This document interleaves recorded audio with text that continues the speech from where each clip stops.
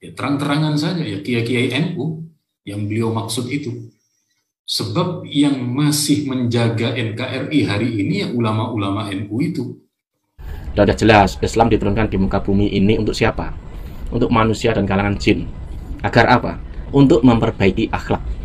Lalu bagaimana ceritanya jika ada orang selalu teriak-teriak, bilang jancuk lah, bilang matamu picek lah, dan lain sebagainya. Padahal tujuan agama kan jelas, seperti itu tadi. Monggo supaya tidak terlalu menegangkan, sambil minum secara virtual. Maksudnya minum sendiri-sendiri. Bismillah. Monggo. Kami persilakan Mas Hamidi. Pertanyaannya ini agak panjang. Jadi saya tadi kurang paham, langsung saya persilakan Mas Hamidi. Makasih Mas Isyam. Makasih.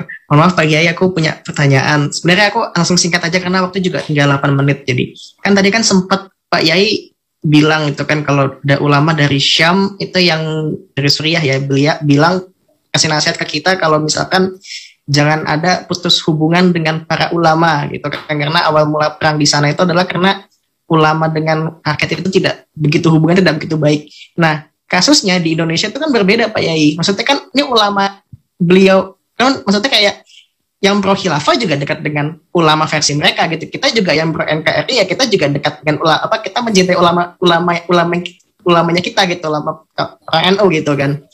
Nah, ada nggak sih dari beliau ini yang orang Suriah ini bilang ulama seperti apa gitu yang harus diikuti gitu? Karena kan Indonesia itu yang aku bilang gitu kan ya, yang khilafah pun juga mereka mengikuti ulama yang mereka anggap sebagai ulama gitu kan istilahnya, yang justru malah ini perangnya bukan ulama versus ulama kayak jadi kalau di Indonesia gitu, kebalikan gitu. Jadi kayak rawan untuk dipelintir gitu pernyataan ulama dari Suriah ini gitu, menurutku kalau di Indonesia gitu. Monggo Pak Yai, itu sih. Betul, makasih Mas. Jadi betul, sekarang ulama itu menjadi sebuah komoditi. Jadi semua mengklaim ada ulamanya. Ada satu kawan organisasi kita itu menulis di berita, 5.000 ulama Jawa Barat mendukung khilafah. Ini ulama mana saja ya? Ternyata anggota-anggota mereka, cuma pemberitaannya ditulis 5.000 ulama dan seterusnya. Ada lagi, kita buat undang-undang jangan sampai ada penistaan ulama ya, dan seterusnya. Jadi begini, yang dimaksud oleh Dr. Ramadan Al-Buti ini beliau sampaikan ke ulama-ulama pesantren. Jadi beliau hadir ke pondoknya Kiai Maimun Zubair, beliau hadir ke pondoknya para kiai yang jumlah santrinya itu ribuan. Jadi yang dimaksud itu adalah ulama yang sampai hari ini tekun menjaga NKRI ini dengan pendidikan. Ya terang-terangan saja ya kiai-kiai NU yang beliau maksud itu.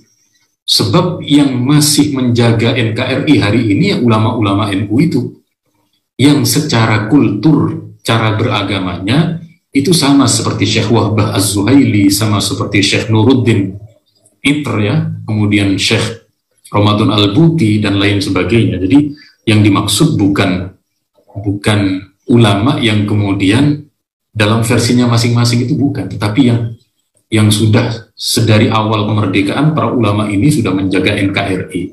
Matur nuwun.